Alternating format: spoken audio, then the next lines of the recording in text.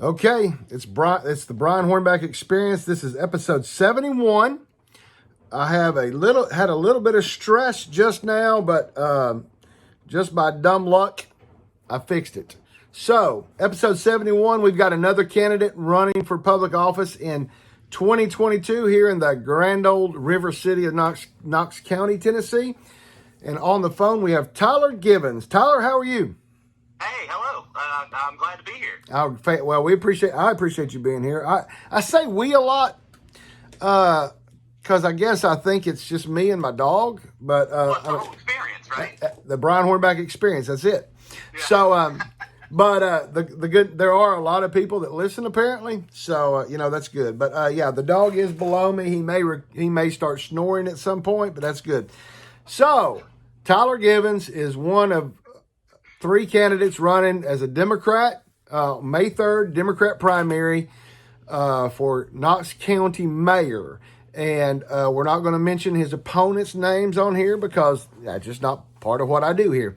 But early voting is April 13th through the 28th. We got a lot to talk about because I just checked out Tyler's website. It's tylerforknox.com.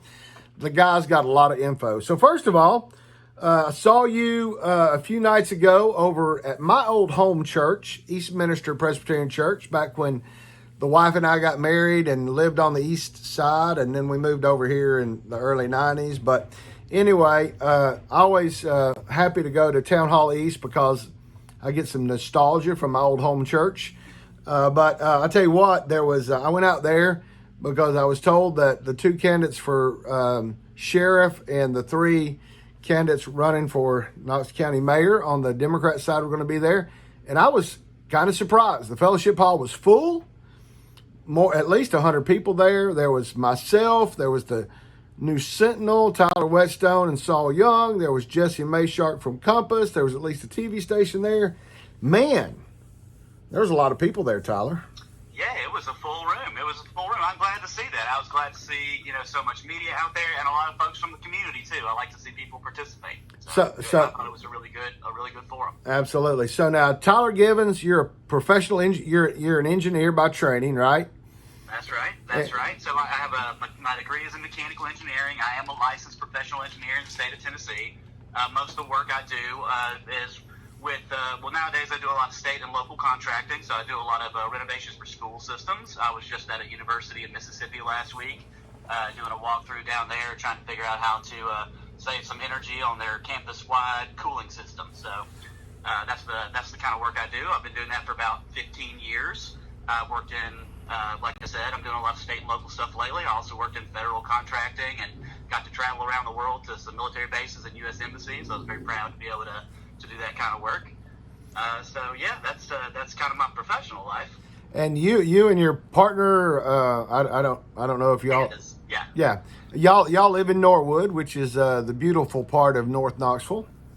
Yes, I love this neighborhood very much. Yeah, I bought a home here in 2010, and I've lived here ever since. It's a beautiful little community. I love this neighborhood. I think it's a little slice of Americana over here. There's a couple immigrant families. There's always some college kids renting a house. You see trades vans, as well as like nice cars come in and out. We're kind of near some apartment complexes and near some nicer residential areas too. So you get to see, it's like a whole little slice of Knoxville in that area, and I really do like that. Now, have you been to Wings Express on Clinton Highway? Yes, I have. They're pretty good. I don't know if they're my favorite wing place in town, but they're pretty good. Well, you can find me at Wings Express at least a couple of times, normally during lunch. You can find me there a couple of times every week. Matter of fact, I had lunch there today by myself. Normally there's a couple, three of us that wind up eating there, but some of my friends have gone on spring break, so I was there. But yeah, if anything ever happens to Wings Express on Clinton Highway, we got some serious problems.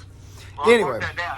Now that I know it's a local treasure, I'll have to make sure we preserve that heritage there. Well, it's good. It's good wings. That's all I know. They are good wings. Anyway, so why did Tyler Givens decide that he was going to take his his mechanical engineering degree and his expertise in the business world and launch a campaign for Knox County Mayor? Yeah, so that's a good question. question. So I think it kind of took that turn where I started getting interested in public service at the beginning of last year. I was laid off due to slowdown in the industry due to COVID. I'm back at work now doing the same kind of work I did before, just for a different company. And between jobs, I worked with a local coalition that was doing eviction defense. So what we were doing was collecting detainer warrants from the court dockets, figuring out who had eviction court dates coming up, and if we thought they were eligible for the moratorium, or actually, we gave them the information so they could find out if they were eligible for the moratorium, and we gave them the paperwork to learn how to apply for that. So that was just a way to try to keep people in their home and use the programs that we have to, protect working class folks. So that was one way I kind of started getting involved in the community. From there, I started rubbing shoulders with some other activists that were involved in that work. Started going down to the homeless camps a little bit, taking food and water down there. And kind of get to know some of those people. The police come through and clear the camps occasionally, and folks have to relocate their belongings when that happens. So I've helped some folks move their belongings a couple times. And between the eviction moratorium work and the work I did with the homeless, what I really saw was that our social safety net here has a lot of hardworking people who are doing their best, but it seems like there's just not enough resources at the county level, at the city county level, really, because most of these agencies are partnerships. Right. But speaking from a county perspective, at the county level, I don't think there's enough funding to get these, CAC fully staffed and process all of this federal aid money that's coming into Knox County. Now, I know Knox County has done better. There's some other locales in Tennessee. Overall, Tennessee had a pretty low percentage of disbursement of federal funds for a while, but from some information I've seen from city management folks, I know that Knoxville has been doing better. I haven't been able to figure out exactly what the percentage is of how much we were allowed versus how much we dispersed, but I know it wasn't all of it, just from looking at the national and state level statistics. So that's one place I think that I kind of saw where there's some gaps in our safety net, and where a mayor can come in and appoint the right people to these boards and have the right priorities as a leader to fix some of these problems, right? Right. So that's kind of where I started thinking, okay, I'm doing this thing at the ground level. I see there's a little bit of, I think there's a systemic issue here. I'm bumping up against that. And then, I started looking into, what more can I do, right? So at the beginning of December into last year, I called Matt Shears with the Democratic Party and asked him, I was like, do you have anybody running for county mayor? Because, certainly didn't want to let a candidate run unopposed, right? Right. Always nice to have an election. And at the time, he said he had a few candidates he was talking to, but nobody had really committed. And, I was thinking this could be an avenue I could take. And maybe I wasn't sure if this was the office I wanted or not, but it did seem that a lot of the things I want to accomplish can't be done through the mayor's office. And here's this opening. So I picked up a petition and got my signatures. And then a few more candidates came along after that. And here we are in the primary race. Right. Well, and the good thing about being, I'm a former a lot of things, former school board member, former Republican Party chairman. But one thing I say about Matt Shears is that as a party chairman, he's doing a good job in ensuring that he's got candidates in a lot of the positions. And I so agree. They've done great on recruitment for right, sure. They have a lot of folks running, and that's good. It's good to have competitive elections. And from what I saw and from what the folks at Town Hall East saw, I mean, you have two very different personalities. So the Democrats do have a reason to vote May 3rd or during the early vote. And so we've kind of talked about kind of the social, what some of the issues you felt like from a social perspective, social services. What other issues? I mean, I know you've got about 5 policies on your website. What else is there on that you would like to tackle when you're Knox County Mayor? Yeah, I think let's talk about development. Let's Yeah, kind of frame it that way, because that includes a lot of things that are important to me, right? I know it's a big umbrella, but so that when I say development, I'm thinking about helping stabilize rents, which is one of my big issues. So development, I want to make sure that our development incentives are going towards affordable housing, right? That we don't necessarily need to subsidize luxury projects. That we need to do something that puts more supply in the market, more units on the market, so that supply and demand create a situation where rents are affordable again. I think we can all agree that having rents rise 30% last year in Knoxville is an unsustainable future going forward. Right. If rents rise 30% every year, when rents go up in Knoxville, it drives folks into the county, right? Right. And when folks are driven into the county, that means they're commuting further to work, or maybe they're even driven further out. And now we're talking about pushing into rural areas that used to be conserved, and now we want to develop out there. If we do a better job of planning our development and following our plans, I think it's going to help a lot of these issues we have with the runaway rents because of the low supply, or with the issues we see with traffic in areas like Hardin Valley and stuff like that, where developers have kind of been allowed to go off the reservation a little bit and develop an area where they, for various reasons, thought it would be profitable to build something out there, but now the county is kind of left holding the bag to pick up the expense of supporting that development. Right. So I think a lot of it, again, comes back to development. So we do a lot of development incentives through the pilot program. The pilot program is being used for the baseball stadium and some of the developments around there. You often see it referenced in news articles about, I think, the hotel in the Old City that just got announced referenced pilot. Yep. So the pilot program, so I'm not a historian of the pilot program, but I did a little research about where it came from, and it seems that the original purpose was to kind of help out nonprofits with their tax burdens. So if you had a nonprofit hospital downtown, it might not be able to afford the property tax rates that a commercial property next door is paying, so you would arrange some kind of payment in lieu of taxes, a lesser payment, and then you say you were giving the hospital a credit for a service to the community. Now, the modern use of the pilot program is to spur development, and that's okay as long as we realize what it is. So the pilot program, I think currently the TDC has about $5.4 million in tax liability for the existing pilot programs. Now, if we didn't issue another pilot for the rest of the program, that number will increase every year, because what's happening is those properties have a fixed payment through the pilot program, but the taxes around them, or the value of their property is increasing, so their taxes should increase, but they're locked in. So this is a ballooning effect we need to be very careful about. It's a very useful tool for development, but we need to use it for the kind of development we need instead of just using it for any development. We need to be a little more careful about how we develop. Folks are coming to Knoxville. Folks are coming to Knox County. Right. People are coming from out of state. We've got corporate buyers snapping up rental properties. Like, people are coming here. People are investing in property here. We don't need to entice those folks. Some of the rhetoric around the baseball stadium was about attracting new talent to Knoxville, or attracting the right kind of talent to Knoxville. I think we have talent here. I think we have a beautiful, vibrant community that is struggling because rents are rising faster than wages. Wages aren't rising at all. Right. So, then the question comes, well, what can the county do about it? And again, it comes back to, sustainable, responsible development. Well, the first big pilot that I remember really coming onto the scene was the pilot that they used for the Knoxville News Sentinel. They wanted to take the Knoxville News Sentinel out of downtown Knoxville, and they wanted them to locate over where they're located at, over off of Middlebrook Pike and Western Avenue. And that was supposed to create, that was going to spark development in that area. Now, when they first built the Knoxville News Sentinel over there, as I was coming up Alcoa Highway one day, I said, "Wow, that's a big metal shed on the hill." And it's not the most aesthetically pleasing building up there. and then back when the News Sentinel used to have comments on every story, I noticed that people started taking my name for it, and it's kind of become that thing. But what's funny is the development that it spurred was not what Victor Ashe had promised, or I don't even know why I mentioned his name. What the former mayor said was going to happen there.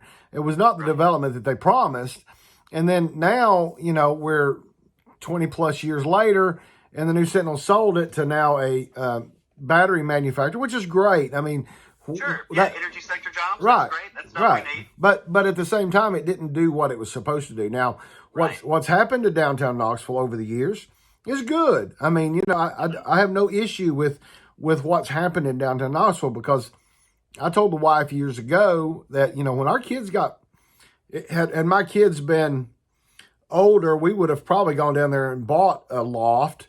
But now, obviously, it's too expensive to go down there now. So we're going to stay out here in the suburbs. But obviously, what's happened down there is great. But at the same time, I think the new Sentinel would have located somewhere out of downtown without a pilot, I guess is my point. Yeah, right.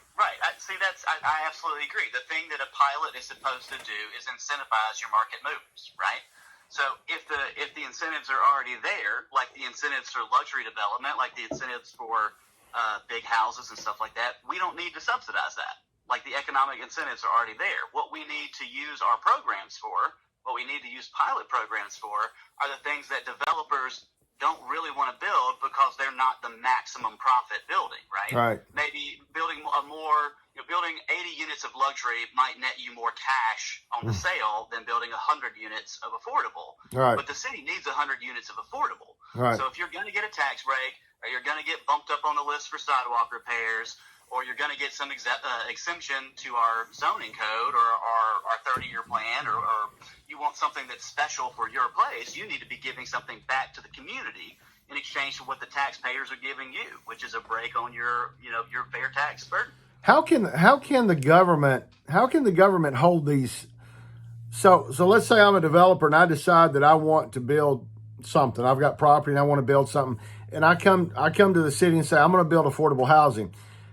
How long is there a way to say that has to be affordable housing for the duration, or is there an out clause where they can then take it from being affordable housing to whatever the market will allow? Have you been able to look at it that far out? So let me preface by saying I'm not a lawyer, and we're Right. starting to ask contract Right. law No, questions. yeah. No, I'm not my either. understanding as a contracting engineer, Right. I've been able to read. So my understanding is that these pilots are fixed-term contracts. I think they're mostly 15-year. Right. And so there can be clauses in a 15-year contract that claw back benefits, right? Right. So if your benefit is a pilot that says, in lieu of $50,000 a tax payment, you built a sidewalk, right? So we're gonna cancel let's say it's affordable housing. That's the best one to use. So you're gonna have affordable housing. And after a few years, you raise the price beyond whatever the contractual agreement is, whether that be market rate minus X or income based or has to be Section 8 or whatever the contract says, whatever the stipulation is for the affordable housing there. If the owner breaks that contract, well, their tax break goes away, and now they're liable for their full tax burden. Right. So that's my understanding about how the pilots work. Now, I don't think they have to have teeth, but I believe that they can. I believe that they can have these provisions where you break this, well, now your tax burden's gone away, and we're charging you at the regular rate. Right. Well, yeah. So let's talk about because obviously I stay under 30 minutes. Let's talk about law enforcement. I know you've got a thing there in your policies about accountability for law enforcement. So let's talk about that. Absolutely.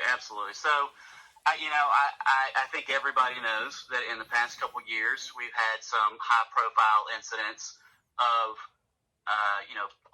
police-involved shootings or killings or deaths that have been either with KPD, in the case of Anthony Thompson Jr., right, or in the case of Jonathan Binkley. That lawsuit was just settled for $750,000 last summer. That's the one where the sheriff's department hogtied him, left him on his stomach, and he died, correct? That's right.